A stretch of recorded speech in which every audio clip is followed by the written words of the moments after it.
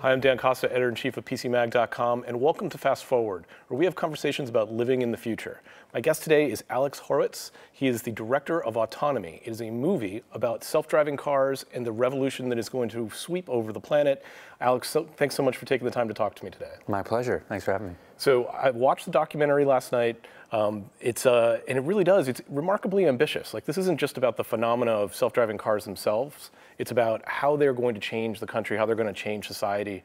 As you made the film, you traveled all over the world. You talked to a lot of the people I've talked to, Ken Washington and Ford and so forth. What is the thing that surprised you the most making this film and learning about this coming revolution?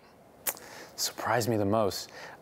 It was a pleasant surprise, I think, which is that there are people in the world who are very skeptical of self-driving technology, may start from a place of fear, say they never want to get in one, are very wary of the possibility of such an experience. But then when they have it, by and large, it's a very, they experience what I did, which is that it's a very mundane experience. It's pretty anticlimactic. I think it's a good thing. I think that's good news for anyone who's worried that, you know, the robots are coming to kill us. It's just another version of a thing we all know, which is getting in something that takes you somewhere else. It just so happens that these more closely resemble a car, which happens to be something we're used to being in control of. But we get in things all the time, like planes and buses and trams at airports that take us places without us controlling it. So there's something, and you've covered the topic from a variety of different perspectives, but there's something about the American experience. I think that, you know, we have a special relationship with our cars. We built our cities around cars, for better and for worse. And there's something about driving and the open road and the American dream. Nobody loves their commute, but everybody loves their car. Yeah. And yet, several of the people in the film come right out and say, look, the car you have now may be the last car you ever buy. How is that going to go down in America? Yeah, well, first of all, I make no judgment about whether those people are right, whether those predictions are correct or not. I'll say, before we get into that, I did want to avoid predictions. I think there's a lot of journalism out there, people who, frankly, are better informed on the industry than I am, who say it's going to happen like this, and it's going to happen on this date. And I didn't want to get into that because, first of all, I think that the film would date itself very quickly. Most of those, not all those people can be right, so most of those predictions will probably turn out to be false.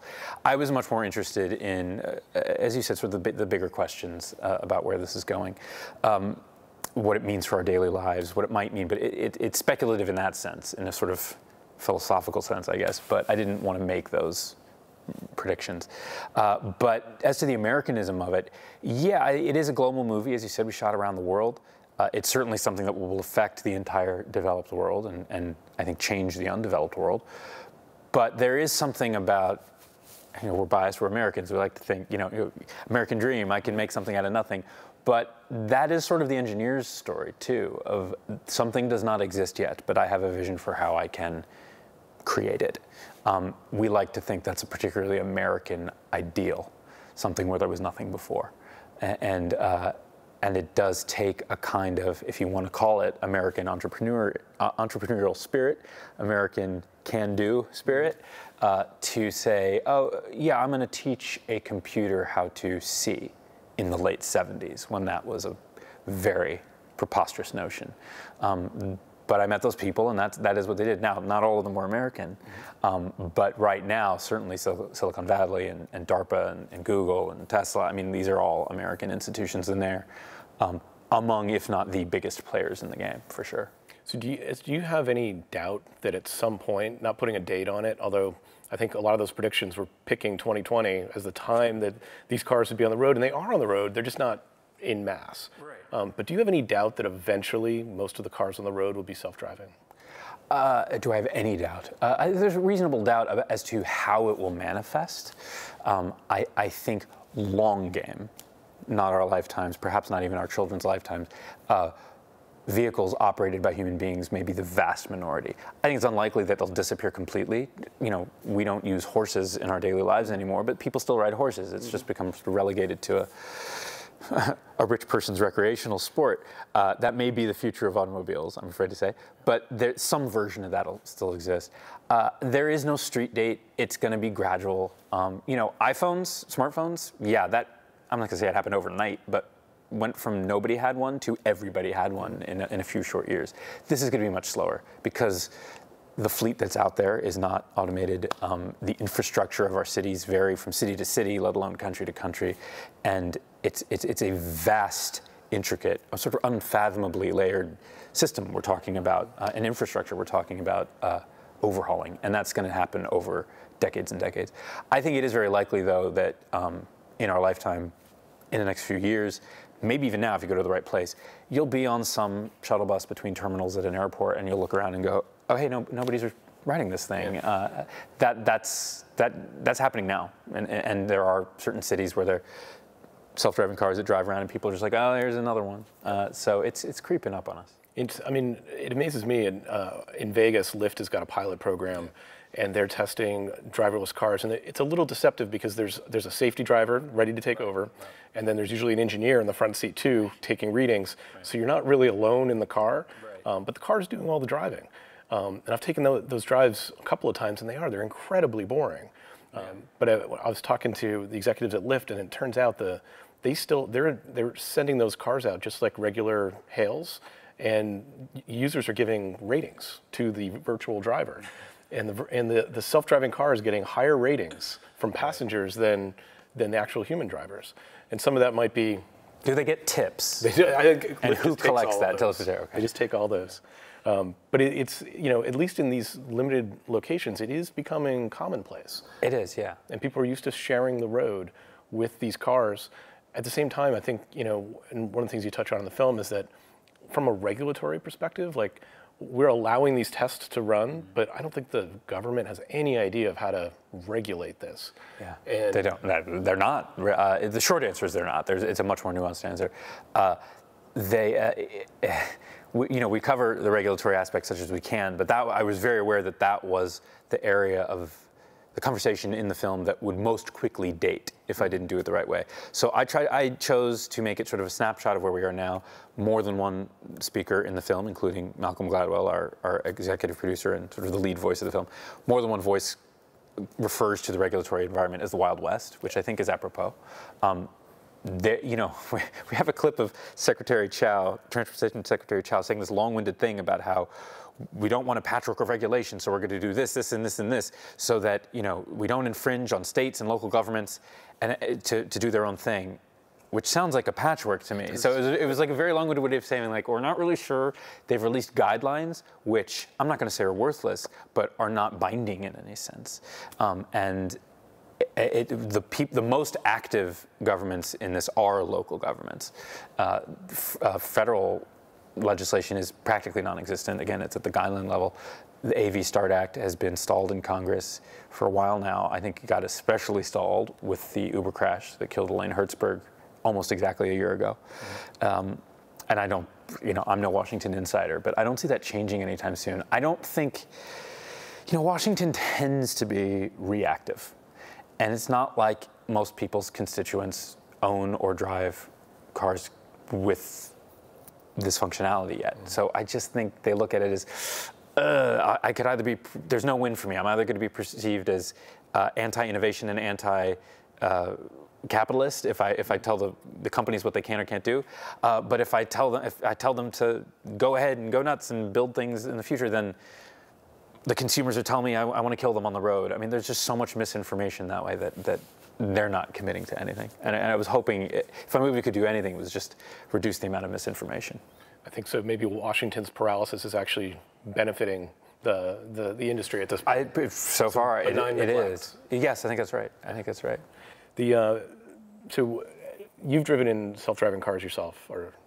Driven. Yeah. I've been a passenger. Yeah, in a variety of them. I've been in ones that we all can experience now. Things that have an autopilot feature or driver assist features, which are more about driver assistance, as their names would indicate, than about automated replacement of a driver, like full self-driving cars. I have been in some research vehicles in the course of making this film. You see some of them in the movie, that are things that are not publicly available, that are more fully functioning self-driving cars, where there's no intervention by a person.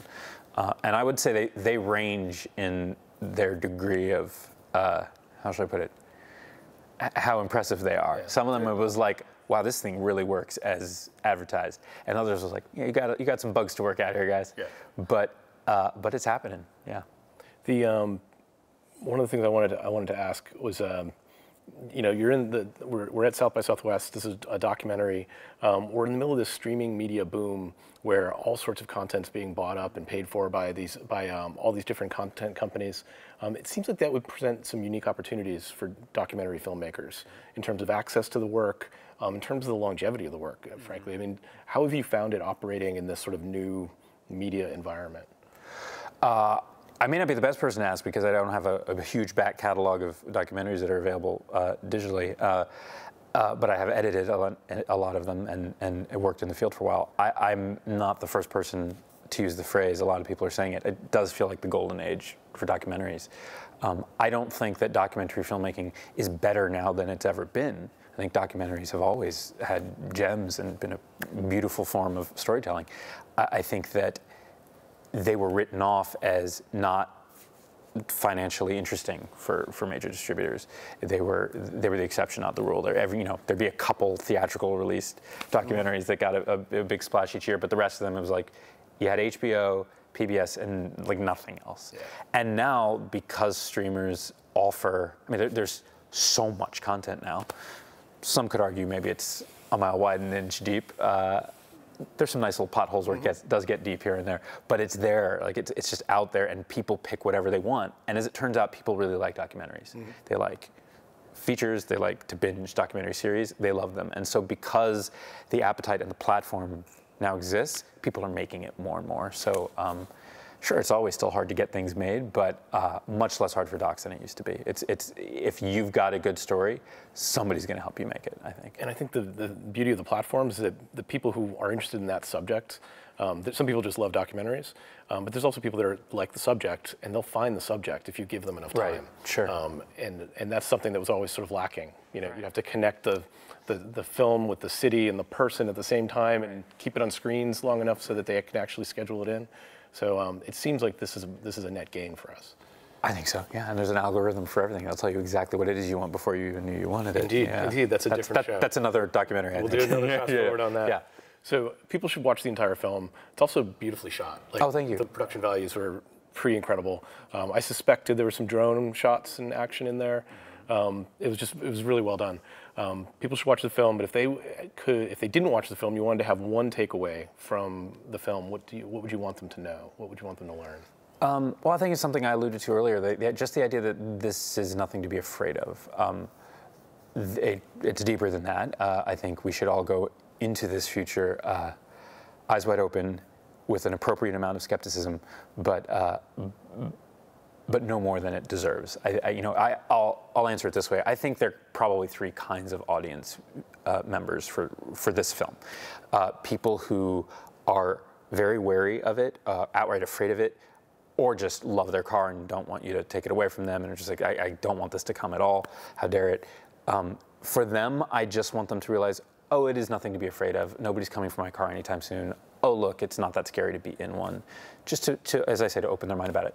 For people who cannot wait for it to arrive, who pre-order every Tesla they can and upgrade the software and just think our bright, shiny future can't come soon enough, I want them to take a knee and ask some questions about what could go wrong. Because by and large, and Malcolm's a great voice for this in the film, we don't know some of the ways that these can go wrong yet. We can only imagine them. And even the ones we can imagine are pretty bad. So we need to ask those questions, voice those concerns, demand of the people who are building these systems that that's what we want put into the cars, and demand of our lawmakers that they make sure things are regulated as such proactively, not reactively. So those are the first two kinds of audience members. And then the third is just people who don't know much about this. Anecdotally, that's been my experience. Most people go, oh yeah, those sound crazy. I read one article about it. How do they work? What? I don't know. It doesn't concern me, does it? I think it concerns everybody. So if I can just make instant experts of that third kind of audience viewer and make you realize, oh yeah, this is actually coming soon and will concern me and my kids, then I think the movie has something for everybody. Yeah. I've been covering this space for a while, and there are lots of things I learned there. So So that's another audience that you'll be reaching. Because you've been covering it for a while, I'll give you one follow-up with a question to you. Had you heard of Ernst Dickmann's or Sadayuki Sugawa, our two sort of car pioneer guys? I did not. I'm not surprised to hear that. History. Yeah. My experience, I mean, you're in good company there. I talked to major engineers in this field, rock stars in this field, who are like, oh yeah, I heard the name, but I was footnote. I don't know. What did they do? And that was interesting to me. And as far as I'm concerned, they're kind of like the Tesla and Edison of this technology. They're both still alive. They're still both very with it. I found them. I get to shine a light on their early work. You'll get to see some footage that, some of which is on the internet in weird corners, but some of it has never been seen before. I promise you. The interfaces of the actual computer vision. Right. Some of that early stuff, and the film of Tsugawa's car, which is, for my money, in 1977, is the first self-driving car. Things before that were prototypes that worked within limited parameters that don't really count. So that was the other thing I hope people take. If all I accomplish with this movie is just sort of a time capsule of them and their work before they're no longer here, I think that's a really good point too, because I think people are thinking about Google, they're thinking about Uber. Some people know competitive entities to Carnegie Mellon and the DARPA Challenge, but past that, I don't think there's a lot of understanding. These guys predate that, and also just like, you know, again, to bring it back to Tesla and Edison, I love how beautiful they are when they talk about each other's work and the regard they have. Imagine if we had film of Edison going, yeah, you know, Nikola Tesla was a genius. Yeah. And Tesla going, yeah, I guess Edison did what he did pretty well. You know, we like to think of it as that boring thing, but here are these two guys that I think will go down as giant names when this really becomes widespread, talking with great admiration and respect about each other. And that was great to see. So I hope people take that to heart. There was a lot of love in those descriptions. Let me ask you the questions I ask everybody that comes on the show. Is there a technology trend that concerns you, something that keeps you up at night? I suppose the lazy answer would be these cars, because that's the movie I'm here talking to you about. It's one of them because, you know, Malcolm Gladwell has a line in our movie. He says, you know, in this new age, the potential for not small error, which is like head-on collisions, devastating things, but ultimately very narrow, only affect a few lives at a time. But the possibility of what he calls catastrophic error expands exponentially when we get into this. And I think that's the biggest thing. You know, it's not something we live with right now, but we're going to be living with it soon. If automated cars become increasingly connected, and connected technology is different from automated technology, but they overlap, then there's a grid that you can hack into if you wanted to. And Malcolm says, look, it's going to happen. It's an inevitability. And that's a weird thing to think, that we're moving into a future of increased convenience and automation because it's convenient, because it's cool, because it may change cities in a good way, but we're doing that with this sort of bargain that we might not even admit of, there won't be 40,000 traffic deaths a year, but there might be one event where 2,000 people die at the same time because somebody hacks in. That's horrifying, and yet that's sort of the reality that we're moving towards. So I just think that, I don't know if it keeps me up at night, but I do have two small kids, so, you know, it's something we all need to think about as this stuff develops. Is there a technology or a service or a tool that you use every day that still inspires wonder? I mentioned I have two small kids. I get how baby monitors worked when I was a kid. It's basically a one-way radio. I'm amazed by and I get how a video monitor works, but like, man, that's changed our lives. To be in the next room and be able to get a good night's sleep. A dedicated baby monitor. Like, you know, I'm spying on my children, you know, guilty, but like, it changes the game for knowing when they're asleep and knowing when you can make noise and move around. And also just the ways we get to stalk our children, they're not that little anymore, but back in the baby days, like, we had an app connected to daycare, and it's like, oh, look, he pooped. Yeah. We don't need to know that, but at its best, that was very reassuring to just be able to know, okay, everybody's okay, everybody's cool. Oh, look, there they are right there. I don't need to sit up. Are they getting a night's sleep? That is marvelous. Maybe it's enabling. We've moved from helicopter parents to like drone parents. Yeah, we now have, we just have, NSA parents. Yeah. Just total surveillance. I'm not a dad anymore. I'm just big brother now. Yeah. So, but the trick will be to turn it off when they no longer need that. Indeed. I'm committed to that, but ask me again in a few years. Figuring out what exactly that age is going to be interesting too. So how can people follow you online in the future, and how can they find the film? Oh, thank you.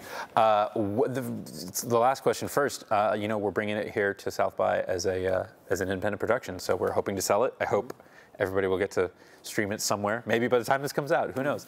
But in the meantime, you can follow us on Instagram. We're at AutonomyDoc, one word. Hashtag AutonomyDoc on Twitter. But also follow Car and Driver. Their feed will tell you about it, because this was a Car and Driver film that was sort of born out of their collaboration with Malcolm Gladwell on an editorial spread they did. And then they decided to make a documentary, which they've never done before. So Car and Driver, AutonomyDoc. I'm on Twitter at Alex_Horwitz, and we hope to have it out there in front of your eyes soon. Indeed. We'll see if we can make that happen. Alex, thanks so much for taking the time to talk to me. Thanks for talking to me. That's Fast Forward for today. If you want to see back episodes of Fast Forward, you can find them on PCMag.com. You can find them on iTunes, anywhere fine podcasts are given away for free. I'm out. I'll see you in the future.